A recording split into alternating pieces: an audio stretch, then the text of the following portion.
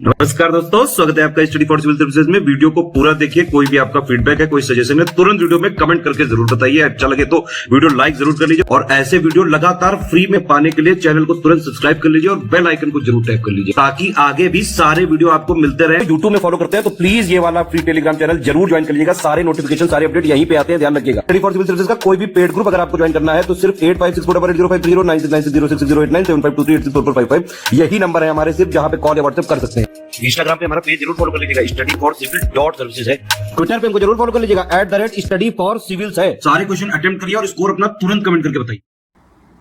दोस्तों नमस्कार, study for civil services में आप सभी का स्वागत है। यूपीपीएससी पेड क्विज हम प्रीलिम्स एग्जामिनेशन जो 2024 का है उसके लिए लगातार देख रहे हैं।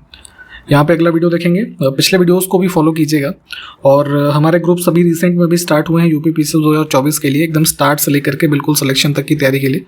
उसमें आप जुड़ सकते हैं। डिस्क्रिप्शन बॉक्स इस वीडियो का खोल करके देखिएगा, वहाँ पे हमारी कॉन्टैक्ट डिटेल्स हैं, उस पर कॉन्टैक्ट करके आप पूरी इन्फॉर्मेशन जानकारी लेकर के एडमिशन ले सकते हैं। ठीक है, तो स्टार्ट करेंगे हम फर्स्ट क्वेश्चन से आज के।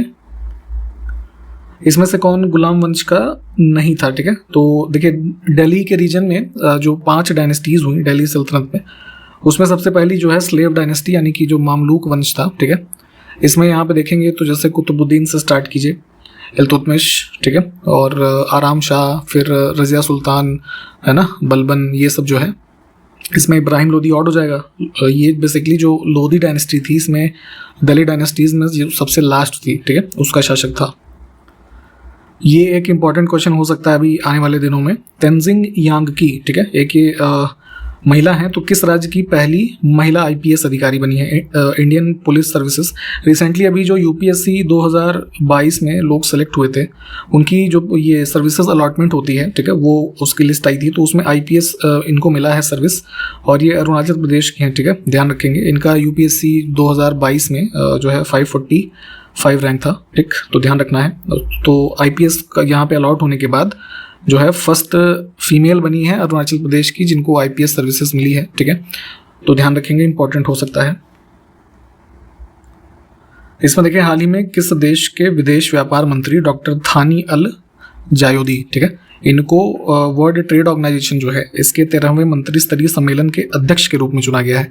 तो ध्यान देंगे, इनका संबंध यूएई से है, महिला है एक, और जो है इनको चुना गया है 13th मिनिस्ट्रियल कॉन्फ्रेंस के, कह लीजिए, चेयरपर्सन के रूप में। और इसमें एक चीज़ ये ध्यान देंगे कि जो ये WTO का मिनिस्ट्रियल कॉन्फ्रेंस 13th होना है, कहाँ पे होगा?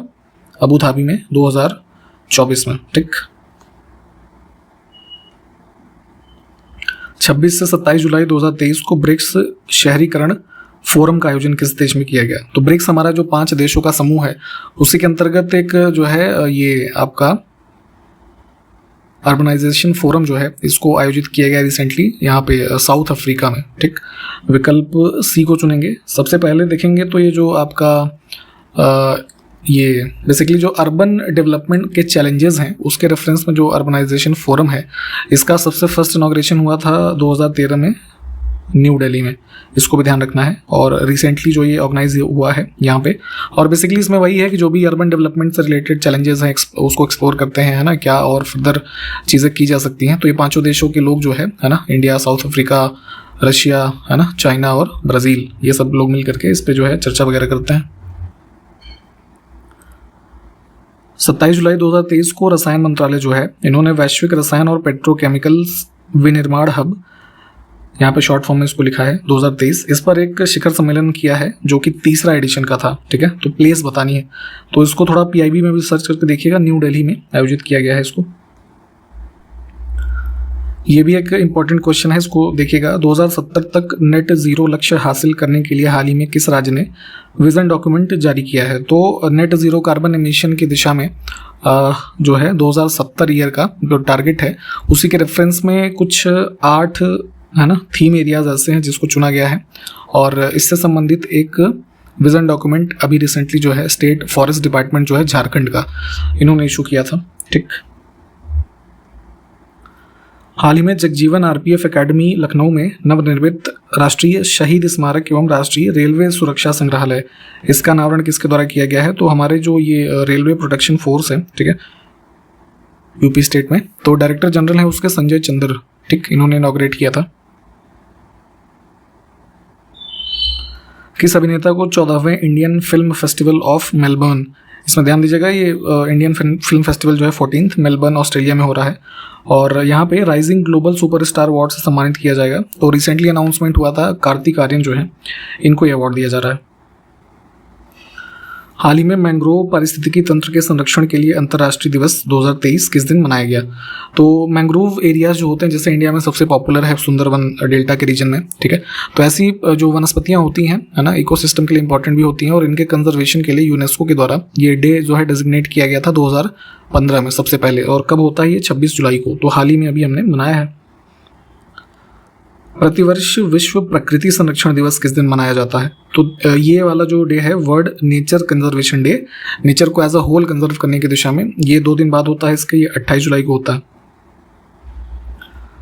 हाल ही में किस राज्य को आधिकारिक तौर पर लंपी स्किन डिजीज पॉजिटिव राज्य घोषित किया गया है?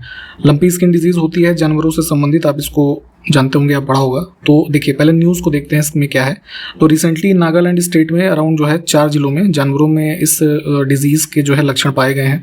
तो उसी के बाद यहाँ पे एज अ प्रोटेक्शन मेजर एक वार्निंग के रूप में भी समझ सकते हैं, डिक्लेरेशन आया था हमारा जो है ये जो एनिमल हस्बेंड्री डायरेक्टरेट है इनके द्वारा कि जो है ये lumpy skin disease positive state है। और ये जो डिक्लेरेशन की गई है एक एक्ट है prevention of control of infectious and contagious disease, ठीक है, 2009 का। इस एक्ट को भी हो सके तो देखिएगा, इसके अंतर्गत ये डिक्लेरेशन किया गया है, ठीक।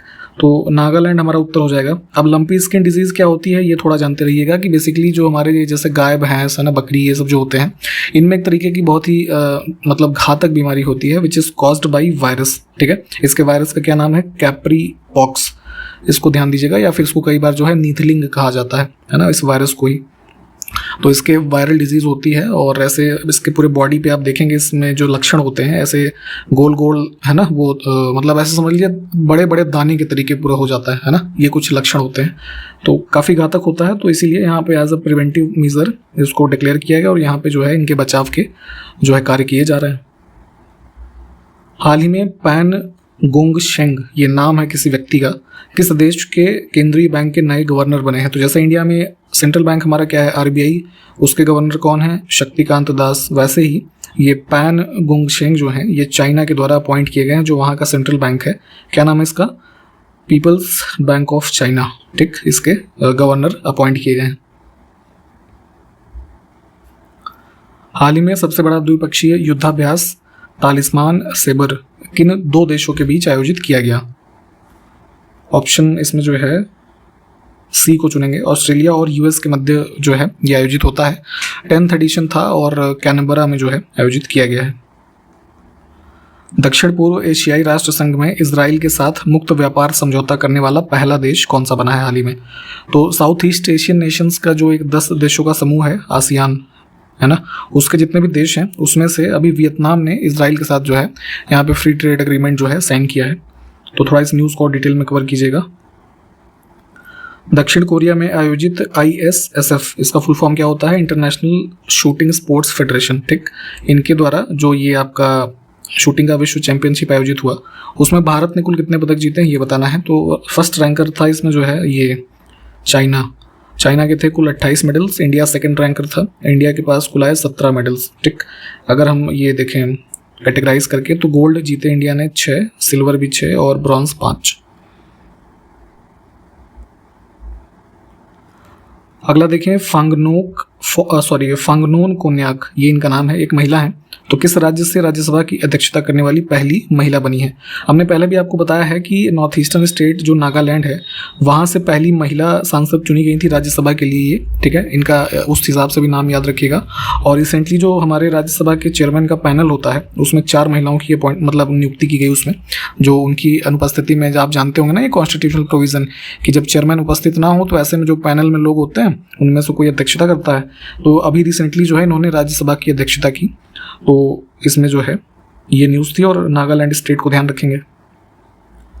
हाल ही में इमर्जिंग टीम्स एशिया कप 2023 किस देश ने जीता है? तो यहाँ पे जो ये पाकिस्तान ए और इंडिया ए की टीम्स का मैच हुआ था ये, इसमें श्रीलंका में, उसमें पाकिस्तान की टीम जीती है इमर्जिंग टीम्स एशिया कप, विकल्प बी। अब हमारे पास कुछ स्टेटमेंट्स लिखे हैं, कौन सा इसमें से गलत है। विश्व के और भारत के भी कुछ फॉल्स लिखे हुए हैं यहाँ पे, जो किस नदी से संबंधित हैं उसको चुनना है। तो शिव समुद्रम जो जलप्रपात है, कृष्णा नहीं बल्कि ये उस पे है आपका कावेरी रिवर जो है उससे संबंधित है। किस स्टेट में? कर्नाटका में। बाकी के अन्य विकल्प ठीक है, इनको देख लीजिए एक बार। इसमें देखें हमारे पास कुछ सोशल रिफॉर्म इंस्टीट्यूशंस जो फाउंड किए गए है ना, समूह, कुछ उनके ईयर लिखे हुए हैं और उनके नाम। तो कौन सा उसमें सुमिलित नहीं है? ऑप्शन डी की बात करें, जो सिखिज्म से संबंधित निरंकारी मूवमेंट है, इसकी सबसे पहले कह लीजिए जो इसके बारे में है ना, सबसे पहले जो बताया गया इससे संबंधित थे बाबा दयाल दास। ठीक, नॉर्थ वेस्टर्न पंजाब का जो रीजन है वहाँ पे अराउंड 1840s में। ठीक, 1940 गलत दिया हुआ है। और later on in specific year की बात करें तो कई जगह आपको 1851 मिलेगा, वहाँ से प्रॉपर रूप से ये जो मूवमेंट है ना, एक सोशल रिफॉर्म मूवमेंट था, इसको जो है स्टैब्लिश किया गया। बाकी के विकल्प देख लीजिए, ये सारे जो है ठीक है। ब्रिटिश टाइम पीरियड में कई सारे आयोग वगैरह बनाए थे इन्होंने, ठीक है, उसके पर्पस अलग अलग होते थे, इसकी लिस्टिंग पढ़िएगा। उसी में से एक लेंडसे आयोग था, इसका उद्देश्य पूछा गया है। तो बेसिकली जो ये थी ना आपकी मिशनरी एजुकेशन, या कह लीजिए जो क्रिश्चियनिटी से संबंधित एजुकेशन, इंग्लिश एजुकेशन थी, उसको इंडिया में बढ़ावा देने के लिए इसको बनाया गया था। नेक्स्ट है 1927 की बट्टर समिति किससे संबंधित थी? तो यहाँ पे जो उस समय के इंडियन स्टेट्स थे और गवर्नमेंट ऑफ इंडिया यानी कि जो ब्रिटिश गवर्नमेंट थी, उनके बीच के जो रिलेशंस थे उसको सुधारने की दिशा में एक कमेटी ये बनाई गई थी और इन्होंने 1929 में अपनी रिपोर्ट दी थी। ठीक है, इसी कमेटी को कई बार आपको मिलेगा ये इंडियन स्टेट्स कमेटी नाम से, है ना, इसको भी ध्यान रखिएगा।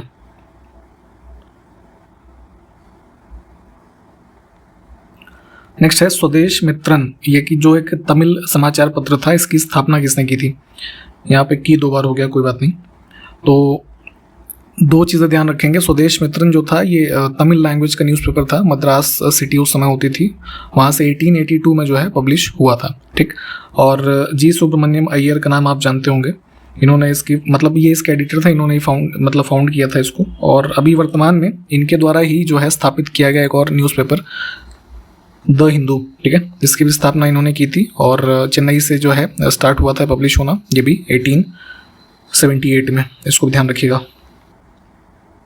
आयकर अपीलीय न्यायाधिकरण एक अर्ध न्यायिक संस्था है, इसकी स्थापना वर्ष आपको बताना है। ठीक है, ट्राइब्यूनल्स के बारे में आपने पढ़े होंगे, जैसे वाटर शेयरिंग के बारे में ट्राइब्यूनल्स होते हैं, वैसा ही इनकम टैक्स अपीलेट ट्राइब्यूनल है जो कि डायरेक्ट टैक्सेस एक्ट जितने भी हैं उससे संबंधित मामलों से डील करता है और इसकी स्थापना हुई थी 1941 में। इसमें से कौन मौर्य वंश का शासक नहीं है? ठीक है, जो फेमस मौर्यन डायनेस्टी हुई उसमें कौन कौन था? चंद्रगुप्त मौर्य, ठीक है, बिंदुसार, अशोक, है ना, ये सब हो गए। अजात शत्रु की बात करें तो ये हर्यंक डायनेस्टी से संबंधित रहे। आगे देखें, कनिष्क इसमें से किसका फॉलोअर था? ठीक है, कुषाण एम्पायर में कनिष्क को पढ़ते हैं आप तो बुद्धिज्म में जो 2 यहाँ पे प्रमुख रूप से हीनयान और महायान हम शाखाएं देखते हैं, महायान बुद्धिज्म से संबंधित रहा ये। प्राचीन भारत का वह प्रसिद्ध शासक जिसने अपने जीवन के अंतिम दिनों में जैन धर्म को अपनाया था।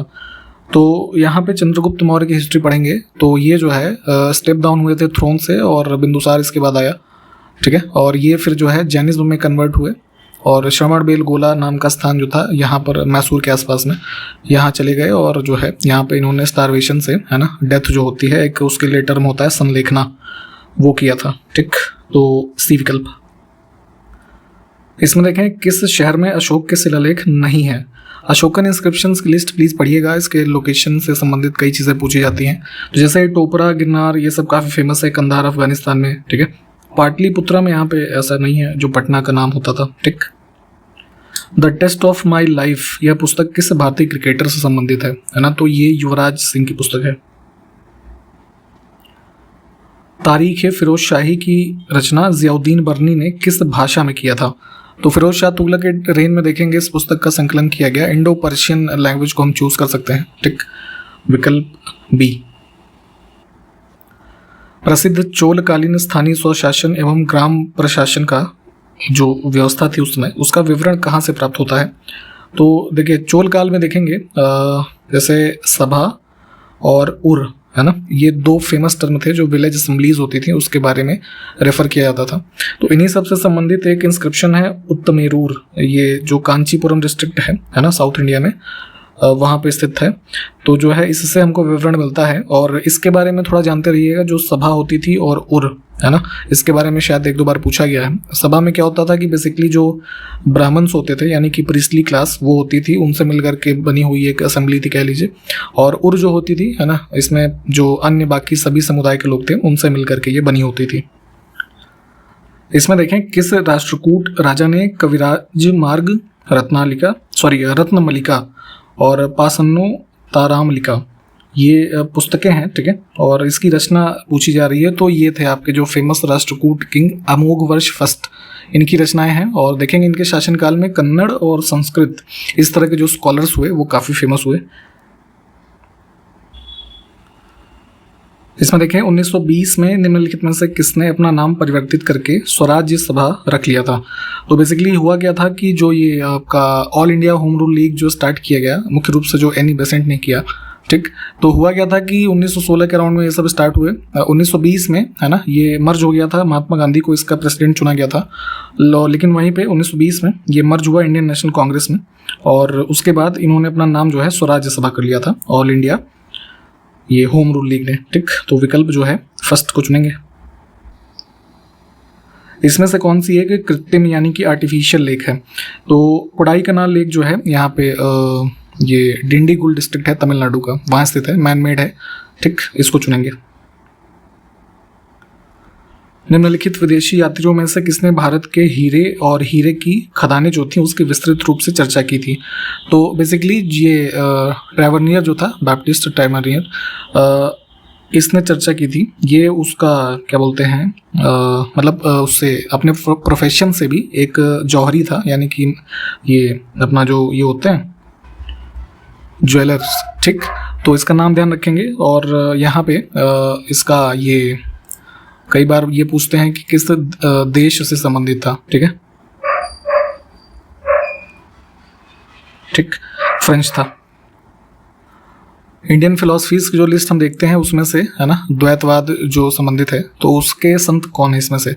तो माधवाचार्य का नाम इनके साथ जोड़ा जाता है, विकल्प बी। यहाँ पे देखिए इन चीज़ों के बारे में जो टर्म्स होते हैं ना, प्लीज़ इस सबको पढ़ा करिए, कई सारी इन्फॉर्मेशन हैं जो वहीं से आपको पता चलेंगी। इसमें देखें किस दार्शनिक को प्रच्छन्न बौद्ध भी कहा जाता है, ठीक है, क्रिप्टो बुद्धिस्ट या फिर प्रच्छन्न बौद्ध इंग्लिश में कह सकते हैं।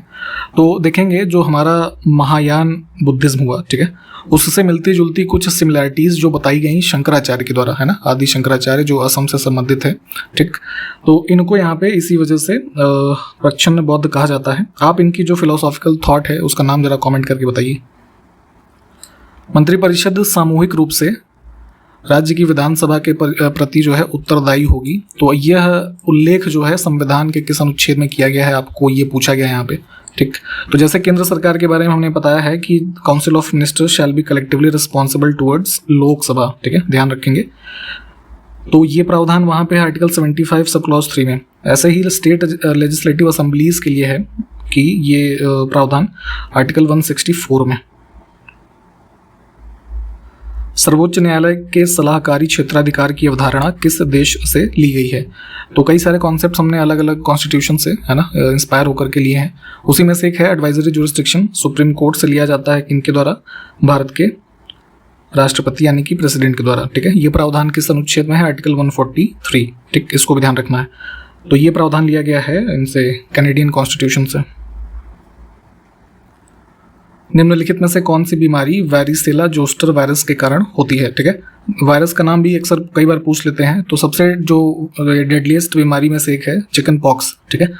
इसकी जो कह लीजिए पॉजिटिव एजेंट है वो ये वैरिसोला जोस्टर जो वायरस होता है, ये होता है। बी विकल्प को चुनेंगे आप। ये जरा हमको बताइए, चिकन पॉक्स की जो वैक्सीन डेवलप की गई, ठीक है, उसको किसने डेवलप किया था। ये सब चीज़ें पहले बता रखा है मैंने। इसमें देखें बर्नौली का प्रमेय निम्नलिखित में से किस नियम पर आधारित है। फिजिक्स में आपने शायद बर्नौली थ्योरम पढ़ी होगी, जो कि हमारे ये जैसे पढ़ते थे ना, लिक्विड फ्लो का हम जो देखते थे किसी स्ट्रीम लाइन में, है ना, लिक्विड फ्लो हो रहा है तो वहाँ पे जो एनर्जी होती थी और पर यूनिट मास, है ना, जो ये कांस्टेंट वगैरह होता था, उसके रेफरेंस में पढ़ते थे। तो ये कंजर्वेशन ऑफ एनर्जी के बारे में बताता है। अगर चाहें तो एक बार थोड़ा सा इसको डिटेल में एक बार देख लीजिएगा फिर से।